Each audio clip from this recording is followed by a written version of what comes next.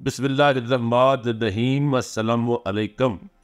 मेरे मुअज़्ज़ज़ property dealers भाइयों, जो कि ख़ास तौर पर वो डीलर्स जो कमीशन पर प्रॉपर्टी का कारोबार करते हैं, और ख़ास तौर पर फिर वो लोग जो लाखों रुपए का ख्वाब दिल में लेकर बड़ी बड़ी ज़मीनों के अंदर कई कई महीने अपना टाइम, अपने बच्चों का टाइम खर्च कर देते हैं कि इसको फ़रोख्त करके हम इसमें से लाखों रुपए कमीशन हासिल करेंगे।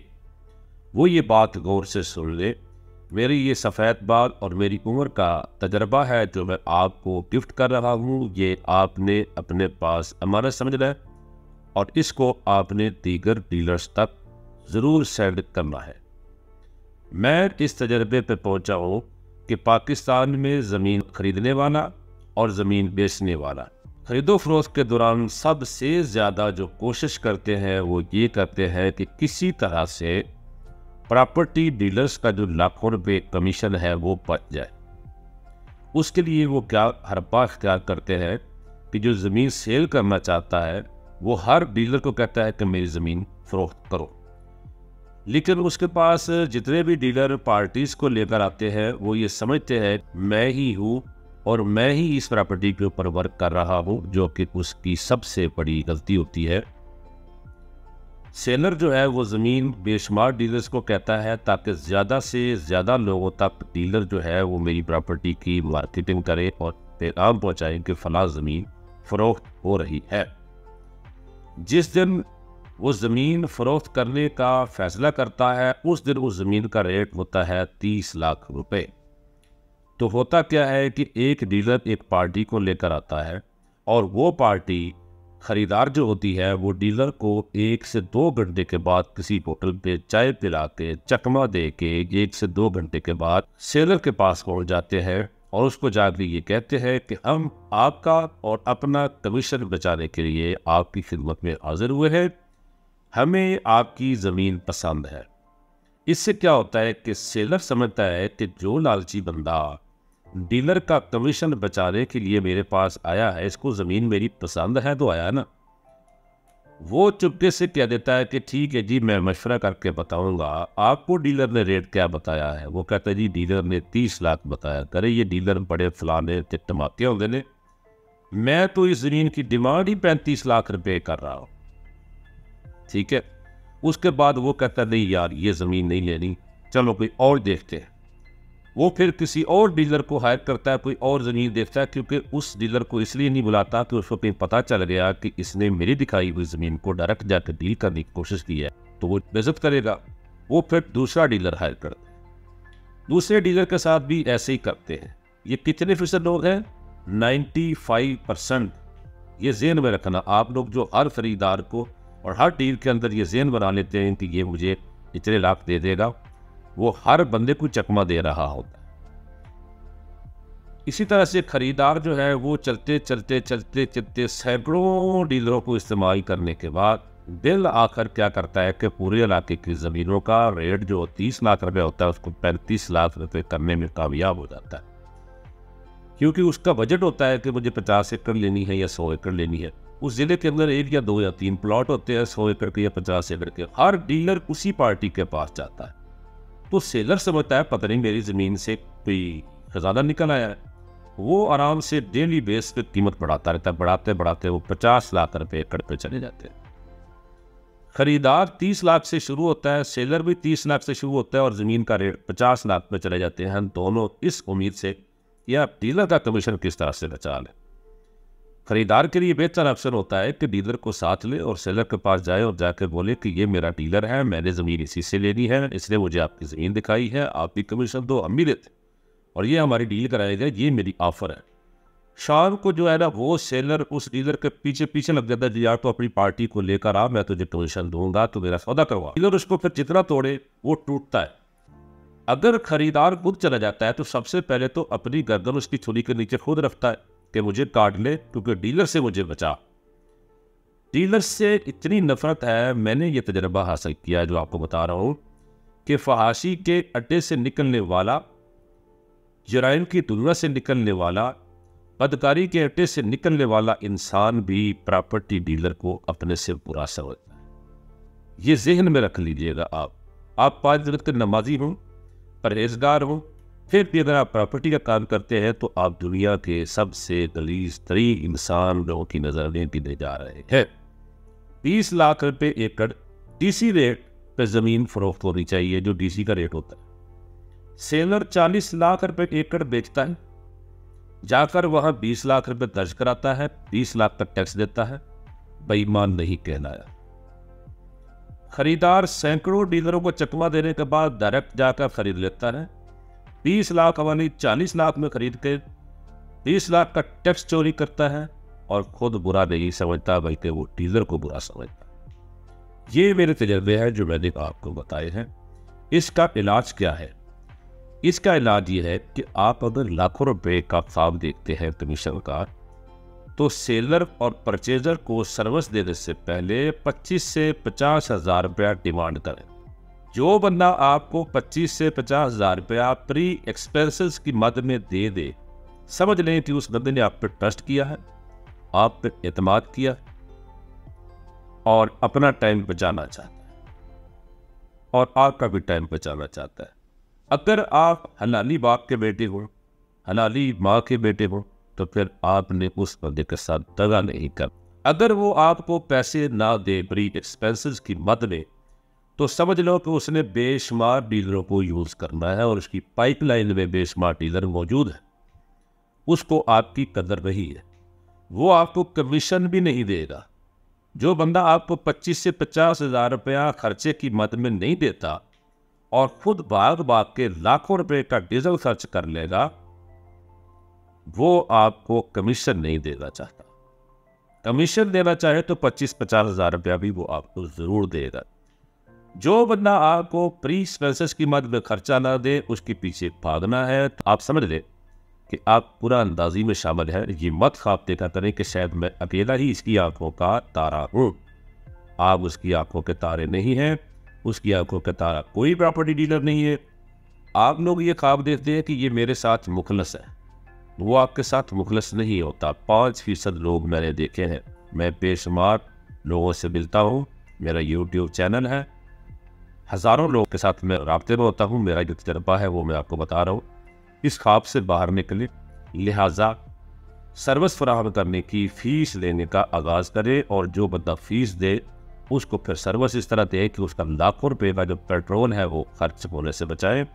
उसको जानिए, उसका बजट पूछें, उसका इलाका पूछें, फिर उनको ज़मीन ढूंढे। जब ज़मीन के लिए ढूंढे तो उन ज़मीनों के अड़ोसियों पड़ोसियों से जाके मालूमात करें कि क्या इस ज़मीन के अंदर कोई डिस्प्यूट तो नहीं। मुकम्मल मालूमात हासिल करके फिर ख़रीदार को विज़िट करवाएं। उससे क्या होगा कि जब आप मुकम्मल मालूमात हासिल करके ख़रीदार को विज़िट कराएंगे तो उसका एतमाद आपके ऊपर मजबूत होगा। अगर आप सुनी सुनाई लोगों की बातें सुन के मैसेज दे के क्लाइंट को आगे फॉरवर्ड कर देंगे और फिर उसको बुलाएंगे भी आ जाओ मैंने आपके लिए ज़मीन ढूंढ ली है, जब उसको साथ लेके वहाँ जाएंगे मौका पर, तो वो मालूमात हासिल खुद करते ही करते हैं। अब ये मत समझो कि वो आपकी बातों पर भरोसा करते हैं, वो मालूमात हासिल करते हैं। जब वो मालूमात हासिल करते हैं तो आपकी दी गई मालूमात उनकी मालूमात के बरक्स जब निकलती है तो वो उस प्रॉपर्टी को भी छोड़ देते हैं और दूसरी प्रॉपर्टी भी आपसे लेना छोड़ देते हैं, बल्कि आपको छोड़ के फिर दूसरे डीलर की तरफ चल पड़ते हैं। जब दूसरे डीलर के पास जाते हैं तो वो डीलर भी ऐसा ही कर रहा होता है कि वो भी सुनी सुनाई बातों पे बुला लेता है। 50,000-30,000 रुपये का अगले पेट्रोल खर्च करते हैं, टाइम खर्च करते हैं। जब वो आते हैं तो आगे मालूमात और निकलती, फिर वो तीसरा डीलर हाई करते हैं।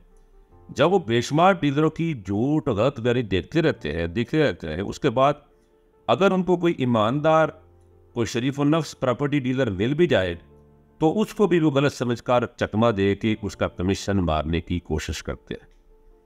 तो आपको जो मैं हदायत दे रहा हूँ ये आपके पास अमानत है, आप इस पर अमल करेंगे तो आप खुद भी नुकसान से बचेंगे और फिर जो है ख़रीदार को भी नुकसान से बचाएंगे। अब सेलर जो है वो सबसे ज़्यादा बेनिफिट डीलर का भी उठा लेता है और ख़रीदार का भी उठा लेता है, क्योंकि ख़रीदार चकमा दे के उसके पास जाता है, उसके अदपात में इजाफा करके घर चला जाता है। दूसरा डीलर फिर पार्टी लेकर आता है, उसका ख़रीदार भी मालिक के पास जाता है। वो समझता है सिर्फ मैं ही जा रहा हूँ, ये नहीं समझता कि और भी लोग जाते हैं।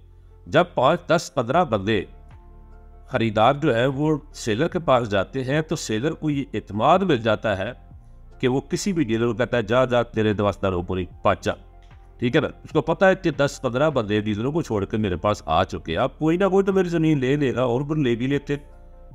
तो डीलर जब उसको कहता है कि भाईजान आपने 30 लाख रुपए पारे का डिमांड की थी, 1 महीना में खर्चा किया है, टाइम ज़ाया किया है, अब आपने जब अपने 35 लाख पर 40 लाख पर 50 लाख पर चले गए, तो सेलर क्या कहता है, चल भाग जा, तेरे बस का काम ही नहीं है, तेरे से लिखती नहीं है, तुझे तजर्बा ही नहीं, तुझे पता ही नहीं है। हालांकि सेलर ने उसी डीलर के जरिए ही अपने रकबे की मार्केटिंग करवा करवा के अपने खरीदारों में इजाफा कर लिया होता है। तो साबित हुआ कि सेलर और परचेजर डीलर का इतने फायदा हासिल करने के बाद भी 20 लाख रुपए वाली भी 40 लाख में, 30 वाली 60 लाख में बेचने वाला भी डीलर का कमीशन खाने की पूरी कोशिश करता है। 95% खरीदार भी बेशुमार डीलरों को भगाता है, बिल आखिर एक डीलर से उसको ज़मीन पसंद आ जाती है, 2 घंटे के बाद जाकर वो ज़मीन ले लेता है। तो वो ये नहीं सोचता कि मैंने सैकड़ों डीलरों को भगाया है, सैकड़ों डीलरों पर टाइम खर्च किया है, और अब जाके मुझे ज़मीन मिली है। तो वो ये सोचता है कि इस बंदे को मैं कमीशन दे दूं, ये तो बहुत ज़्यादा कमीशन है, ये तो 2 घंटे का काम है। ये नहीं पता कि इसी ज़मीन के ऊपर इस डीलर ने सैकड़ों लोगों को टाइम खर्च किया हुआ है, सिर्फ इस उम्मीद से कि जो बंदा लेगा वो मेरी सारी फसल बराबर कर देगा। या मैंने सैकड़ों डीलर्स को इस्तेमाल किया हुआ है, उनका बेशुमार टाइम इस्तेमाल किया है, उन सबका टाइम अगर इकट्ठा करूं तो ये कमीशन तो उसका शेर भी नहीं बनता। ऐसा भी नहीं वो सोचता, वो सिर्फ ये सोचता है कि भाई कल इसने ज़मीन दिखाई है, 2000 रुपये इसका खर्च हुआ है, और आज मैं इसको जो मैंने 75 लाख या 1.5 करोड़ रुपया कमीशन दे दूँ, ये तो बहुत ज़्यादा है। सेलर के पास जाएगा उसको करोड़ों पे ज़्यादा दे देगा। ये नहीं सोचता कि ये बंदा किसी रेट से डबल रेट पे ज़मीन मुझे फरोख्त कर रहा है, तो मुझे इससे नफरत करनी चाहिए। नहीं, उससे नफरत नहीं करता, उसके साथ जपियाँ इस तरह से डालते हैं जिस तरह मामे ना पुत्र हो गए। कि मैंने एक पार्टी को ज़मीन विजिट करवाया, उसने कहा मेरी मीटिंग कराओ, मैं मीटिंग कराने के लिए दोनों को घर गया, बैठक में बैठे थे, नमाज मगरब का टाइम हुआ, मैंने कहा जी मैं नमाज पढ़ लूँ, बाथरूम में गया, वहाँ मैं जैसे ही बाथरूम में दाखिल हुआ तो दोनों एक दूसरे के साथ गपशप करने लग गए और मेरे नंबर एक दूसरे के लेने शुरू कर दिए। तो पता था कि अभी ये वजू करके आ जाएगा और हमारे सामने नमाज पढ़ेगा, फिर हम नंबर नहीं ले सकेंगे। नंबर भी एक्सचेंज शुरू कर दिया और दोनों ने डीलरों को गालियाँ देनी शुरू कर दी कि डीलर एवे हमदन थे, डीलर एवे हमदन। मकसद है कि 1-2 सेकंड के अंदर अंदर वो दोनों जो थे वो साला और बहनोई बन गए। ठीक है ना, ये लफ्ज़ मैंने इसलिए इस्तेमाल किया है कि उन्होंने जब मेरा कमीशन खाया, कमीशन तो मैंने उनसे वसूल कर लिया था, लेकिन लड़ने झगड़ने और पर्चे कटवाने के बाद मैंने वसूल किया। ठीक है ना, क्या हुआ कि जो कमीशन मुझे इज्जत से मिलना चाहिए था वो लड़ने झगड़ने परे पंचायतें करने के बाद मुझे पैसा मिला। तो इसलिए बेहतर यह है कि अपने जो लाखों रुपए खर्चे थोड़े थोड़े करके आप लाखों रुपए खर्च कर लेते हैं इस उम्मीद से कि मुझे लाखों रुपए कमीशन मिलेंगे। सब फिर जो बंदा आपको खर्चा देगा ना, वो अपना भी टाइम बचाना चाहता है, वो दूसरे डीलर्स को भी हायर नहीं करेगा। आप ईमानदारी से सर्विस फराहम करेंगे, अल्लाह आपकी मदद करेगा और इंशाल्लाह वो डील भी हो जाएगी। जब डील हो जाए तो वो खर्चा कमीशन में से माइनस कर लिया करे, क्योंकि पाकिस्तान में ये ट्रेंड तो है नहीं कि स्टाम्प किया जाए, सेलर परचेजर और डीलर आपस में एक दूसरे के साथ एग्रीमेंट करे, स्टाम्प करे और दूसरे पाबंद करे, फिर सर्विस दे और फिर सर्विस ले। ऐसा तो है नहीं।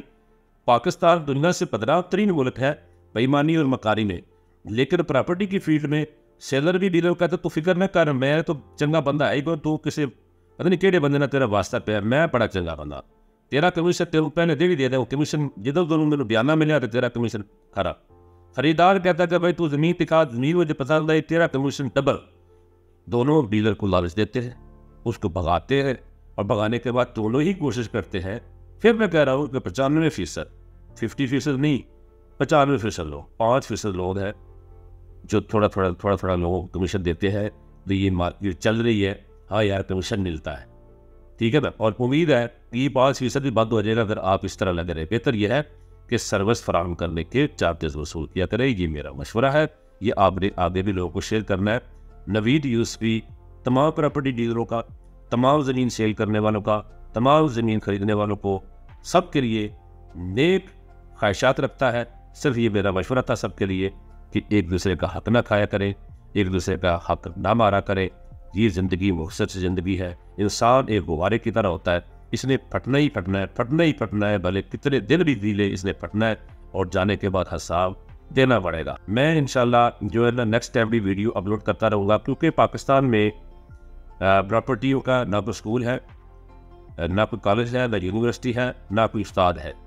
तो तजर्बे के बाद ही बंदा जो है ना सीखता है। तो जो मेरा तजर्बा है वो मैं अपने चैनल के ज़रिए गाहे बगाहे वीडियो अपलोड करता रहा करूँगा और आप चैनल को देखते रहें। और इंशाल्लाह मैं अनकरीब क्लासेस का आगाज़ करूँगा और मैं कोशिश करूँगा कि जो प्रॉपर्टी का काम करते हैं, बिला वजह सुबह उठते हैं, गरीब आदमी होते हैं, मोटरसाइकिल और कार भगाते हैं और कहते हैं ये हम लीक करेंगे, लाखों रुपये कमीशन कमा लेंगे, और वो जो घर में जमा पूंजी होती है वो भी ज़ाया करके बैठ जाते हैं। तो तजर्बा होगा तो आप इस नुकसान से बचेंगे। और तजर्बा मैं इंशाल्लाह पूरे पाकिस्तान के प्रॉपर्टी डीलर को देना चाहता हूँ। तो मेरे साथ राब्ते में रहें, मेरा चैनल सब्सक्राइब करें। प्रॉपर्टी मंडी ऑनलाइन यूट्यूब चैनल से नवीद यूसुफ की ज़्यादा चाहता हूँ। अल्लाह निगहबान।